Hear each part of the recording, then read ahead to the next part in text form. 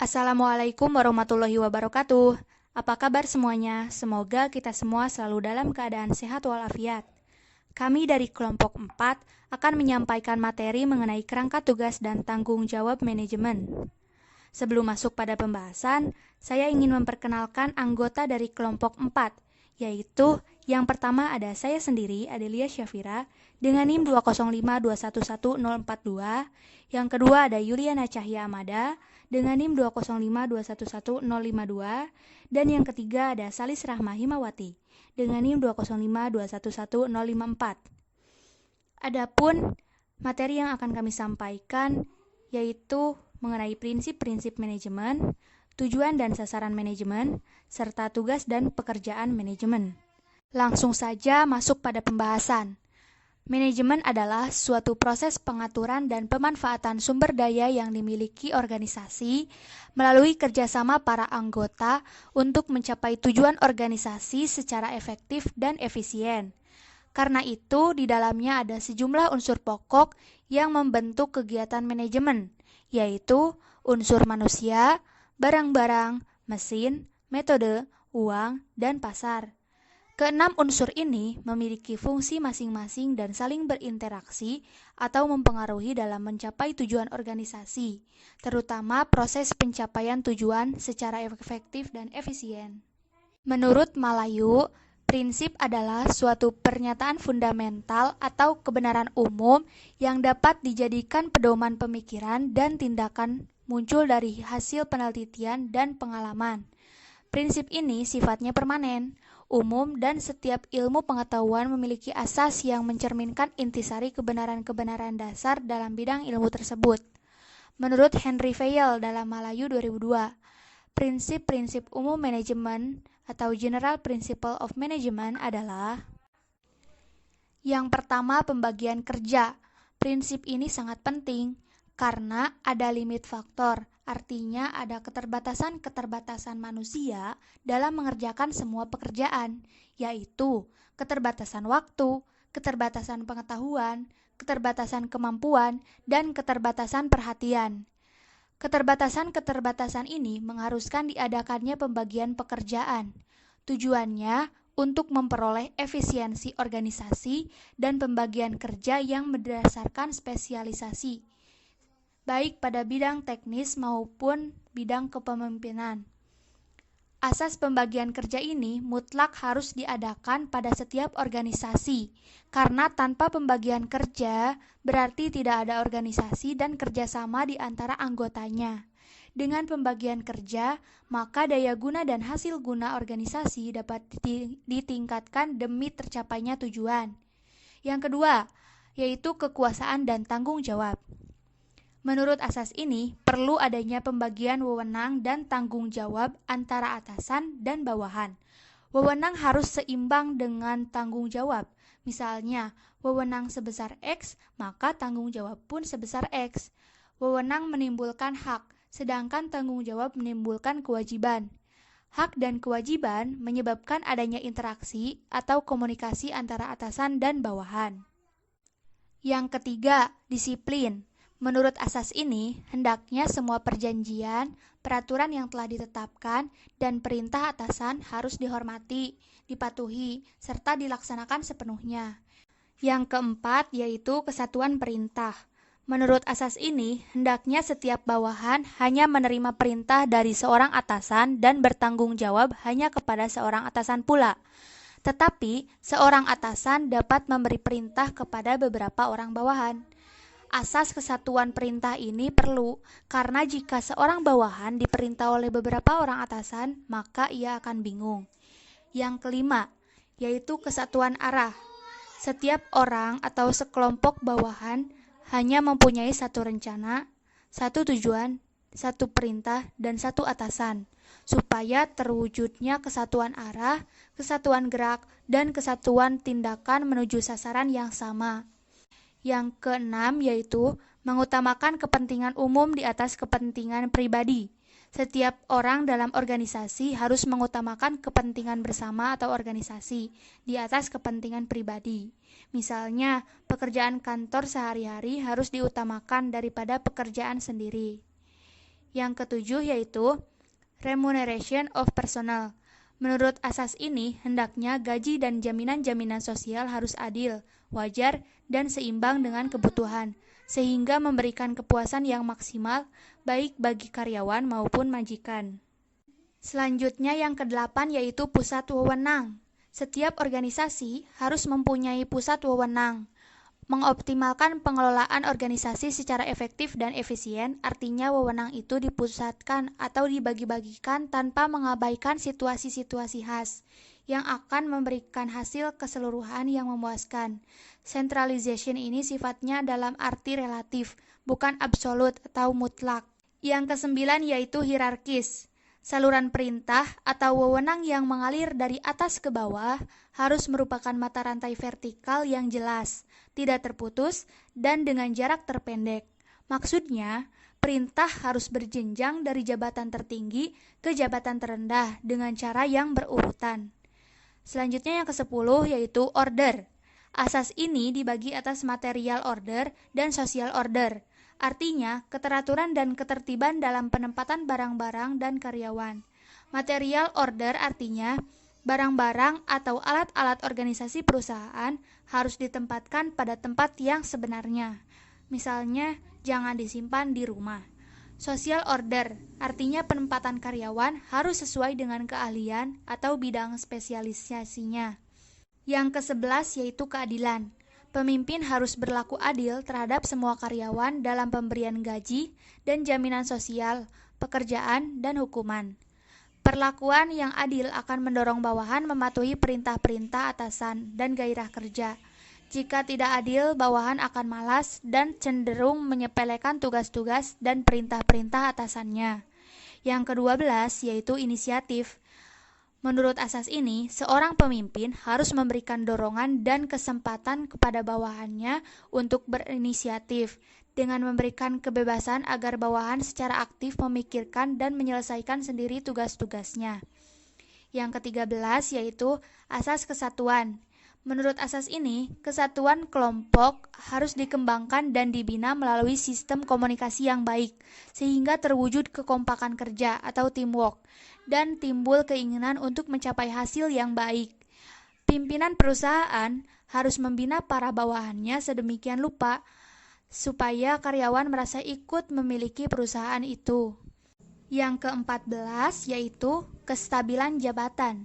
Menurut asas ini, pimpinan perusahaan harus berusaha agar mutasi dan keluar masuknya karyawan tidak terlalu sering, karena akan mengakibatkan ketidakstabilan organisasi, biaya-biaya semakin besar, dan perusahaan tidak mendapat karyawan yang berpengalaman. Pimpinan perusahaan harus berusaha agar setiap karyawan betah bekerja sampai masa pensiunnya. Jika karyawan sering berhenti, perlu manajer menyelidiki penyebabnya. Apakah karena gaji terlalu kecil, perlakuan yang kurang baik, dan lain sebagainya. Selain prinsip-prinsip manajemen secara umum, ada juga prinsip-prinsip manajemen syariah. Di antaranya, yang pertama yaitu prinsip amar ma'ruf nahi munkar. Setiap muslim wajib melakukan perbuatan yang ma'ruf, yaitu perbuatan yang baik dan terpuji, seperti perbuatan tolong-menolong, menegakkan keadilan, meningkatkan kesejahteraan masyarakat, mempertinggi efisiensi, dan lain-lain.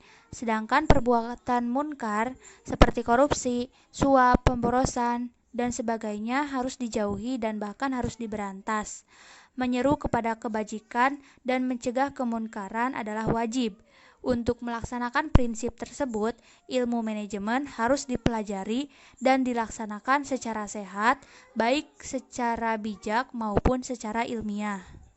Yang kedua, yaitu kewajiban menegakkan kebenaran. Ajaran Islam adalah metode ilahi untuk menegakkan kebenaran dan menghapuskan kebatilan, dan untuk menciptakan masyarakat yang adil, sejahtera, serta diridhoi Tuhan. Manajemen sebagai suatu metode pengelolaan yang baik dan benar untuk menghindari kesalahan dan kekeliruan dan menegakkan kebenaran. Yang ketiga, yaitu kewajiban menegakkan keadilan. Hukum syariah mewajibkan kita menegakkan keadilan, kapanpun dan dimanapun. Semua perbuatan harus dilakukan dengan adil. Adil dalam menimbang, adil dalam bertindak, dan adil dalam menghukum. Adil itu harus dilaksanakan dimanapun dan dengan keadaan apapun, baik di waktu senang maupun di waktu susah.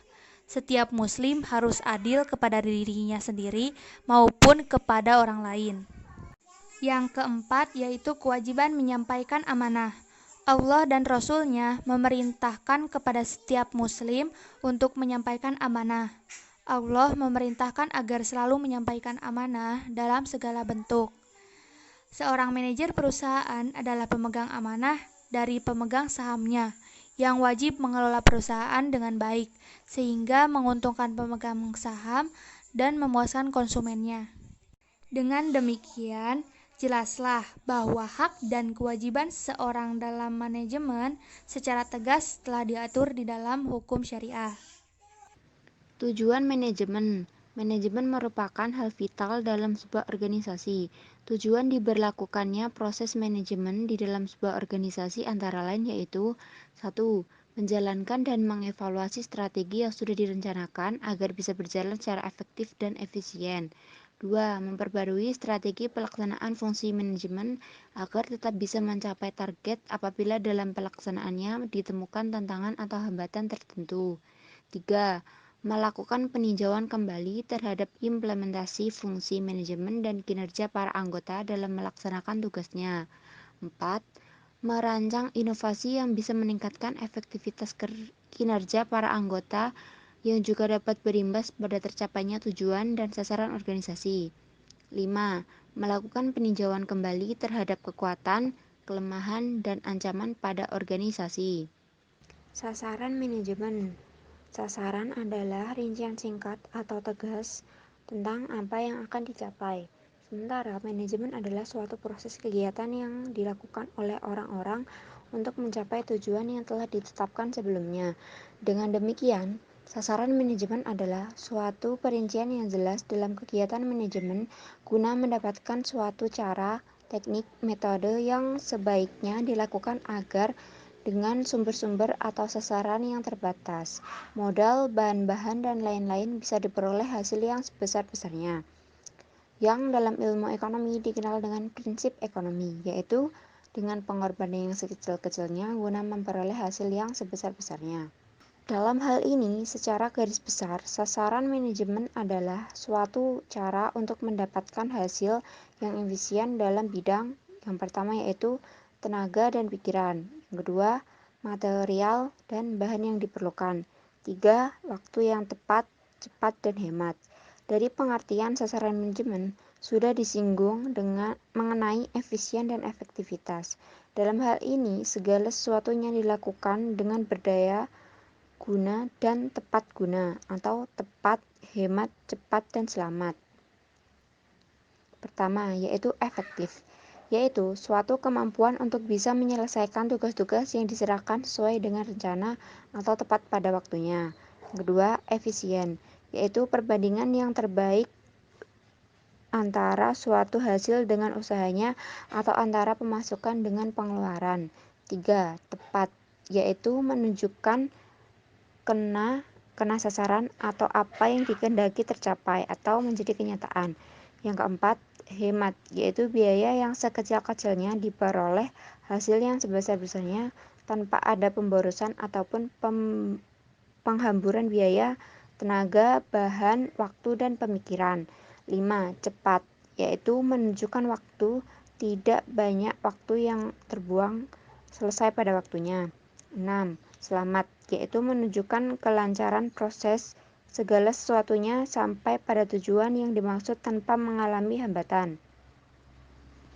Dalam hal ini harus ditekankan bahwa sesuatu yang efektif belum tentu dikatakan efisien, karena menitik beratkan pada hal-hal yang berbeda.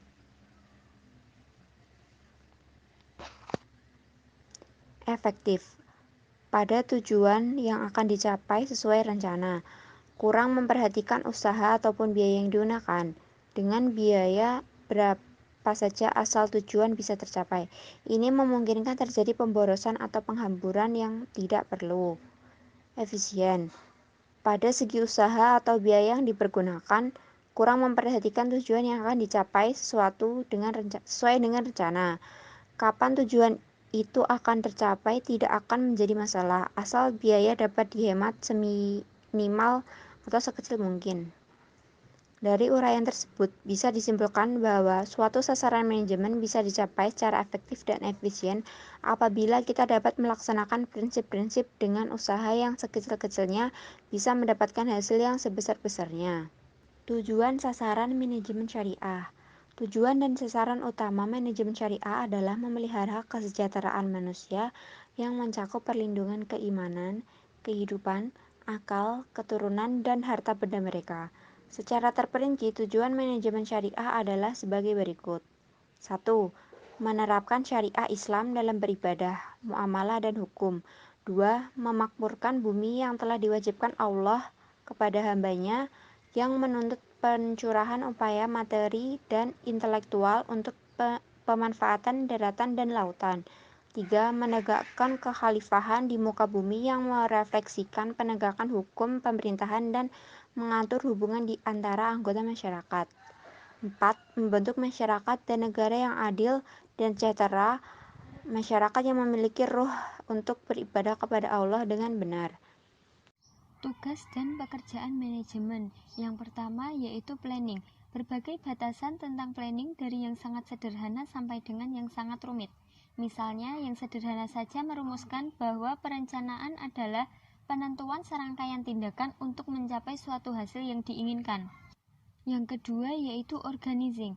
Organizing atau organisasi adalah dua orang atau lebih yang bekerja sama dalam cara yang terstruktur untuk mencapai sasaran spesifik atau jumlah sasaran. Yang ketiga yaitu directing atau commanding. Directing atau commanding adalah fungsi manajemen yang berhubungan dengan usaha memberi bimbingan, saran, perintah-perintah atau instruksi kepada bawahan dalam melaksanakan tugas masing-masing, agar tugas dapat dilakukan dengan baik dan benar-benar tertuju pada tujuan yang telah ditetapkan semula. Yang keempat yaitu motivating. Motivating atau pemotivasian kegiatan merupakan salah satu fungsi manajemen berupa pemberian inspirasi, semangat, dan dorongan kepada bawahan agar bawahan melakukan kegiatan secara sukarela sesuai apa yang diinginkan oleh atasan. Yang kelima yaitu persiapan. Ada dua faktor yang perlu diperhatikan dalam melakukan persiapan, yaitu faktor internal, seperti jumlah kebutuhan karyawan baru, struktur organisasi, departemen yang ada, dan lain-lain. Faktor eksternal seperti hukum ketenagakerjaan, kondisi para tenaga kerja, dan lain sebagainya. Yang kelima yaitu rekrutmen tenaga kerja atau rekrutmen. Rekrutmen adalah suatu proses untuk mencari calon atau kandidat pegawai, karyawan, buruh, manajer, atau tenaga kerja baru untuk memenuhi kebutuhan sumber daya manusia, organisasi, atau perusahaan. Yang ketujuh yaitu seleksi tenaga kerja atau selection. Suatu proses menemukan tenaga kerja yang tepat dari sekian banyak kandidat atau calon yang ada. Tahap awal yang dilakukan setelah menerima berkas lamaran adalah melihat daftar riwayat hidup atau CV atau kurikulum vitae milik pelamar. Kemudian dari CV pelamar dilakukan penyotiran antara pelamar yang akan dipanggil dengan yang gagal memenuhi syarat suatu pekerjaan. Lalu berikut adalah memanggil kandidat terpilih untuk dilakukan ujian tes tertulis, wawancara kerja atau interview, dan proses seleksi lainnya. Yang kedelapan yaitu controlling. Controlling atau pengawasan, sering juga disebut pengendalian, adalah suatu fungsi manajemen yang berupa mengadakan penilaian bila suatu mengadakan koreksi sehingga apa yang dilakukan bawahan dapat diarahkan ke jalan yang benar dengan maksud dan tujuan yang telah digariskan semula. Yang terakhir yaitu compensation atau protection. Kompensasi adalah imbalan atau kontribusi kerja pegawai secara teratur dari organisasi atau perusahaan. Kompensasi yang tepat sangat penting dan disesuaikan dengan kondisi pasar tenaga kerja yang ada pada lingkungan eksternal. Kompensasi yang tidak sesuai dengan kondisi yang ada dapat menyebabkan masalah ketenaga kerjaan di kemudian hari ataupun dapat menimbulkan kerugian pada organisasi atau perusahaan. Itu saja yang bisa kami sampaikan mengenai materi tentang prinsip-prinsip manajemen, tujuan dan sasaran manajemen, serta tugas dan pekerjaan manajemen. Bila ada yang ingin ditanyakan, bisa ditanyakan via WA Group. Mohon maaf bila ada kesalahan. Terima kasih. Wassalamualaikum warahmatullahi wabarakatuh.